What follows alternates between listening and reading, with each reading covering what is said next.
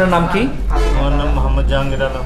আমাদের পাশের দেশ ভারত বলতেছে যে নাকি বাংলাদেশের অবস্থা এখন খুবই খারাপ, আপনি কি রকম দেখতেছেন? ওরা তো বলবে আমাদের দেশ অনেক ভালো ভালো আছে এখন, আগের চেয়ে অনেক ভালো। আগে তো মানুষের আওয়ামী লীগের জন্য কোনোখানে চাঙ্গা করে কথা বলতে পারতাম না, তারপর দিয়ে কথা বলতো। এখন অনেক ভালো। এইরকম সরকার আমরা আরও চাই।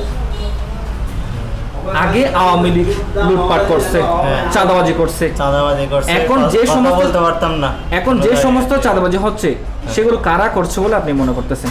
এখন তো আমরা সব এগুলোতে আর দেখা যাচ্ছে না, স্বাভাবিক। অন্য এলাকায় যদি আমরা কাজ করতে যেতাম, ওখানে হিরুন ছিরা আওয়ামী লীগের গিয়ে দাঁড়িয়ে টাকা চাইতো, এই ফেরিওয়ালা টাকা দাও, 200 টাকা দাও, নইলে এখানে ব্যবসা করতে পারবে না, এরকম করে তারাই দিত।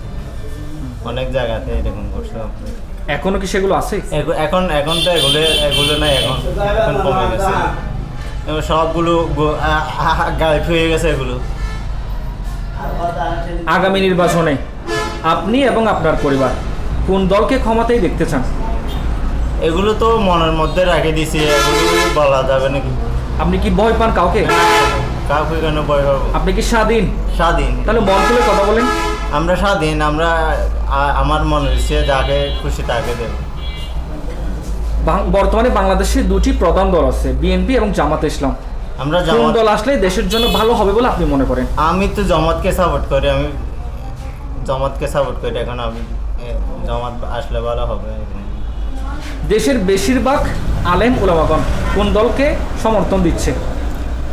বেশিরভাগ তো এখন তো এই চিটাগাং দক্ষিণাঞ্চলে মানুষ জামাতকে বেশি সাপোর্ট করে, জামাতের কথা বলে। এখন আগে তো বিএনপির কথা বলতো, এখন জামাত ভালো হবে এরকম বলে। ভাই আপনার নাম কি? পারভেজ রেজা। পারভেজ ভাই, ভারতীয়রা বলছে বাংলাদেশের অবস্থা নাকি এখন খুবই খারাপ, আপনার মতামত কি?